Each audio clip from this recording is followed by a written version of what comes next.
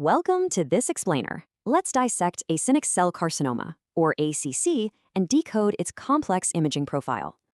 Get this, adolescent females between 14 and 18 face a massive, nearly 8-fold increased risk of appendicitis.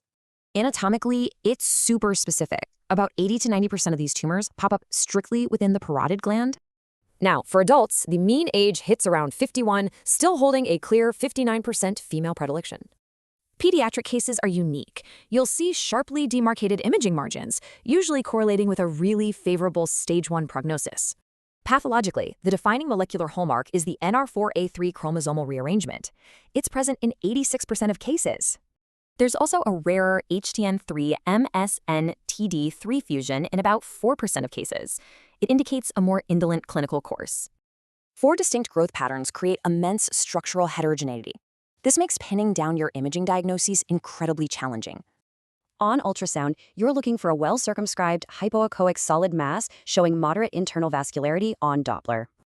Moving to CT, expect an iso to hypodense mass with moderate contrast enhancement and occasionally some scattered calcifications.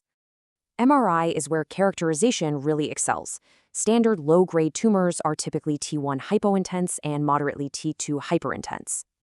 But diffusion-weighted imaging is tricky. The ADC variance is just massive, ranging from 0.79 to 1.76. Why so much variance?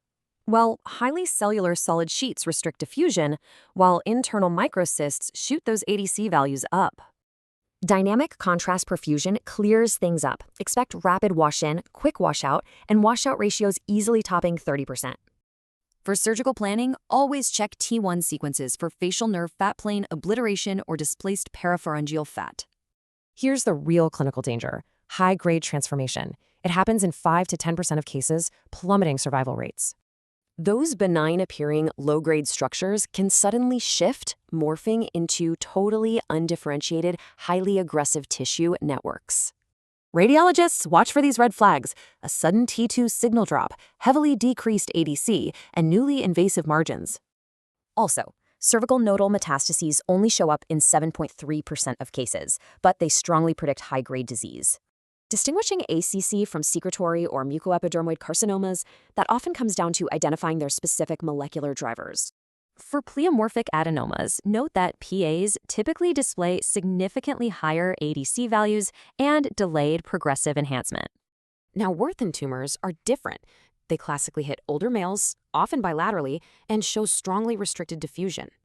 Looking ahead, the field really needs radiomics validation and targeted therapies for those high-grade cases. Could radiomics models eventually replace the biopsy for ACC characterization entirely? It's definitely the next diagnostic frontier.